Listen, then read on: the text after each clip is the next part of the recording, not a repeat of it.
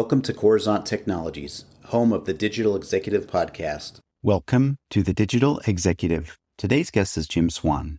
With over 20 years as a small business owner, entrepreneur, award-winning author, and marketing consultant, Jim brings his experience as a survivor of success and failure to the world of business strategy and consulting. He's turned years of business experiences, personal values, and a belief in the power of transformative energy into a laser-focused professional objective to support small and medium-sized business owners as they expand into their highest and best selves. With a Bachelor of Arts degree in Theology and Music from Southwestern University and studies in Arizona State's University Architecture and Design Master's Degree Program, he now includes Certified Coach in his educational accomplishments.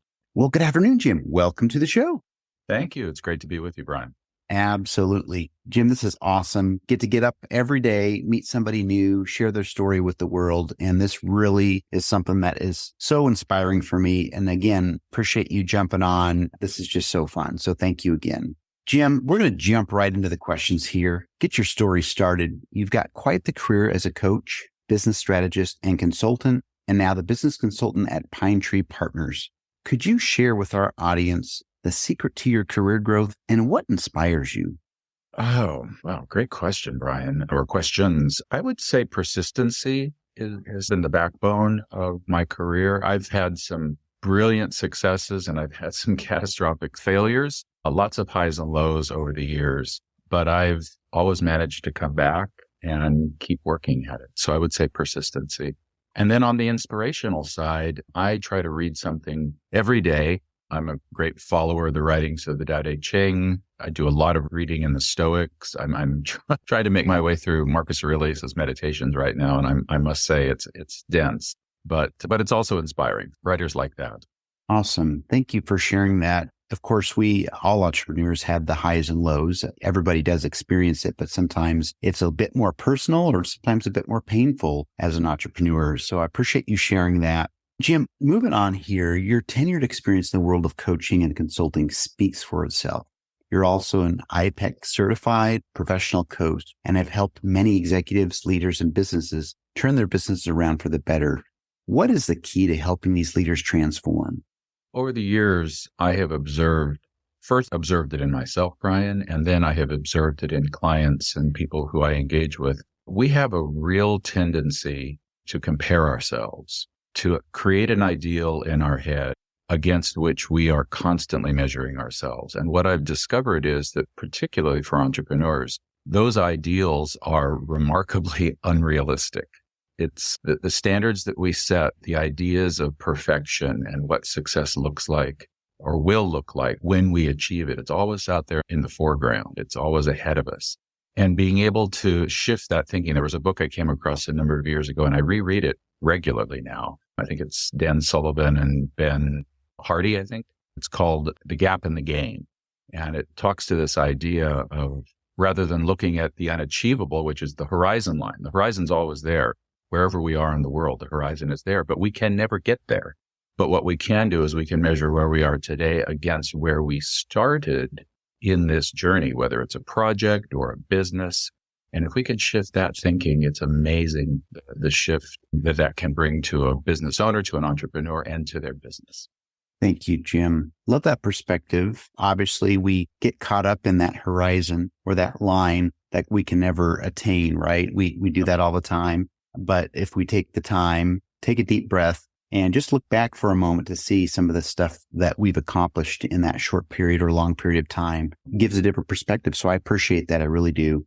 Yeah, it really changes things up when I push back on people, when I hear them disparaging their efforts or downing themselves or doubting themselves. It's such a simple exercise, but to remind them to just reflect on where this project started or where this business started. Go back 6 months, 9 months, 4 years, whatever the time period is, and understand, see clearly where you were then and compare today against that.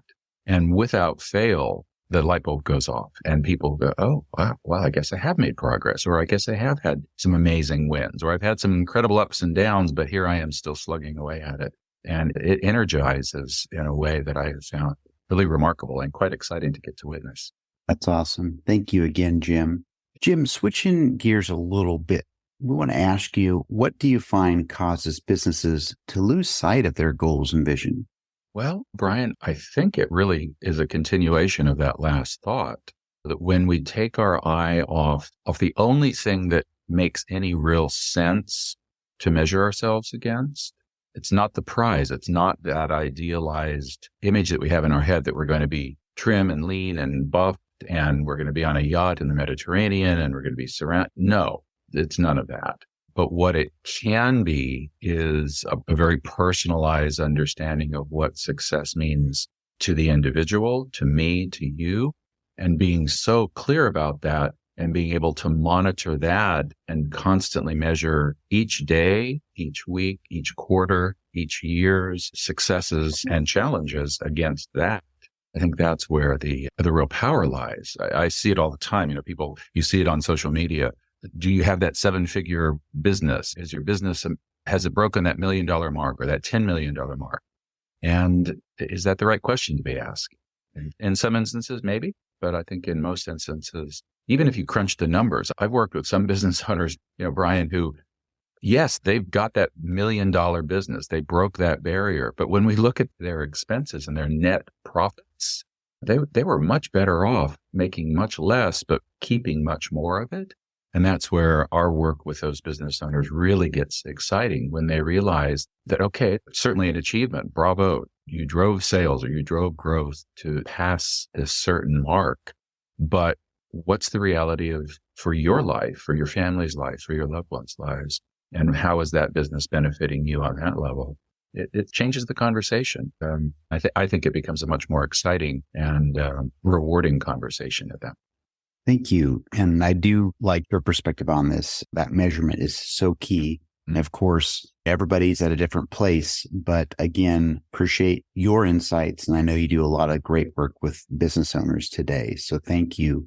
Jim, last question of the day. I'm a technologist. We're a technology podcast and platform.